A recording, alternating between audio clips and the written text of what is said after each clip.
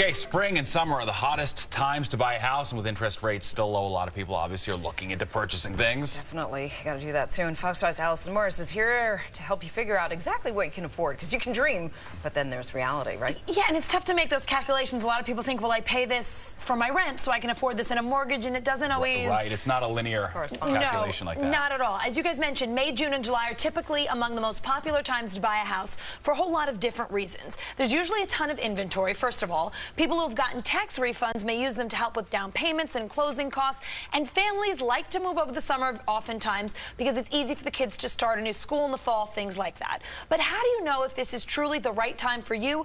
Interest rates are low, but especially here in New York City, home prices are very high. It used to be that, you know, the home was the pinnacle of the American dream. I don't know if that's the case today. City living is just, I mean, it's almost for the ultra rich now.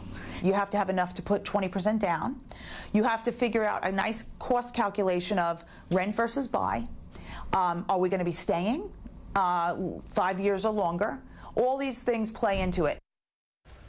All right, they call Carrie Carbonaro the money queen, and she showed me a great calculation that financial planners often use to help you figure out what you can afford. Here it is. You combine your annual income with your partner's, you divide that by 12, you multiply it by 0.28. That's the debt-to-income ratio percentage. In this case, your debt would be your mortgage, and that's it. So let's plug in some numbers so you can see how it works. If you and your partner each makes $50,000 a year, you divide that $100,000 by 12, you get about $8,333. You multiply that by 0.28, you get $23,33. That is the maximum monthly mortgage payment you would qualify for.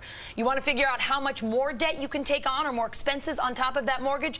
It's very similar. You take the $8,333, you multiply it by 0.36 this time, get about $3,000. Subtract your $2,300 mortgage, and you'll have about $667 left. That's what you have for other things like car loans or student loans. Now, these are not hard and fast rules that you have to absolutely stick to, but they are really great guidelines for people who just are not sure if they're ready to switch from renting to buying, and to figure out what other costs you can take on, because obviously you don't just have a mortgage payment every month. If you want to take a closer look at the calculations or plug in your own salaries to see what you can afford, we'll have that up on our website tonight, myfoxny.com.